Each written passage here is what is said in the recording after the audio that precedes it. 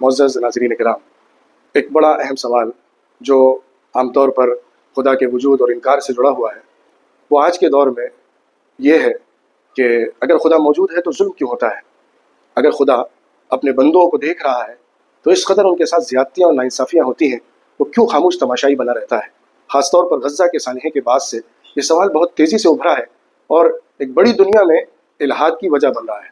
میں بہت عام فہم زبان میں، بہت آسان انداز میں آپ کو ایک بات سمجھانے کی کوشش کروں گا جس کے ذریعے سے ہم اپنے اس مدعے کو ثابت کر سکیں گے جو اللہ کے وجود سے جڑا ہوا ہے۔ سب سے بنیادی اور اہم بات یہ ہے کہ تین چیزیں اگر ہم نہیں سمجھے تو ہم کبھی بھی اس کا جواب نہیں نکال سکتے۔ These are the foundation, these are the fundamental points. پہلا نمبر کہ تخلیق کائنات کی حکمت کیا ہے۔ You have to know what is the wisdom behind the creation of the universe۔ دوسرا پوائنٹ یہ ہے کہ ہم انسانی وجود کے مقصد کو سمجھیں، what is the purpose of human beings existence۔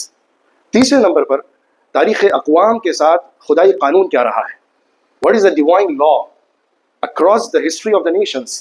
اگر ان تین کا انالیسس صحیح طور پر کیا گیا، ریالٹیز کی بنیاد پر کیا گیا، تو ہم بہت جلدی اس حقیقت کو پکڑ سکتے ہیں کہ دو چیزوں کے اندر تو خدا کا جبری قانون چلتا ہے۔ ایک تو تکوینی نظام ہے جو یونیورسل سسٹم ہے، اس میں اللہ کا، خالق کا، مالک کا، گاڈ کا جبری نظام، فورسفل سسٹم امپلیمنٹ ہے جس میں کسی کو بھی بریک کرنے اور اس کو توڑنے کی اجازت نہیں ہے، نہ وہ کر سکتا ہے۔ دوسرا معاملہ تاریخ کے اندر جو قوموں کے عروج و زوال کی کہانیاں ہیں یا اس کے اسباب ہیں، اس کے اندر بھی اللہ کے عذاب کے آنے، قوموں کے پکڑے جانے، زوال پذیر ہونے اور قوموں کے اٹھنے کا جو تذکرہ ہمیں قرآنی نقطہ نظر سے سمجھ میں آتا ہے وہ بھی سنت اللہ ولن تجد لسنت اللہ تبدیلا کے مطابق ہے۔ اللہ کی سنتیں ہیں جو کائنات کے اندر بہت مضبوطی کے ساتھ جاری اور ساری ہیں۔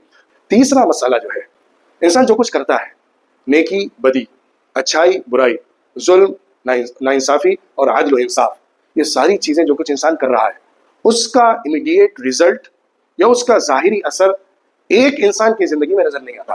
اس خالق نے جس نے جسم بنایا، اسی خالق نے عقل و ضمیر بھی انسان کو عطا کیا ہے۔ تو جس خالق نے عقل و ضمیر میں یہ بات ودیت کی کہ وہ انصاف کو پسند کرے اور ناانصافی سے ابا کرے، لیکن اس کے باوجود ناانصافی کے ہوتے ہوئے بھی اس کو ختم نہ کر سکے اور انصاف نہ دلا سکے، یہی عقل، یہی سلیم فطرت انسان سے اس بات کا تقاضا کرتی ہے کہ وہ اس عالم کا خیال کرے، اس کو مانگے۔ جب خدا اس کی دعوت دیتا ہے اور اس کی وضاحت کرتا ہے اور اس کی دلیلیں بیان کرتا ہے تو گویا کہ فطرت کی آواز کو ایک جواب مل جاتا ہے اور انسان کی عقل کو تسکین حاصل ہوتی ہے کہ ہاں ایک عالم ہے جہاں پہ ساری چیزوں کا پورا انصاف ہو جائے گا۔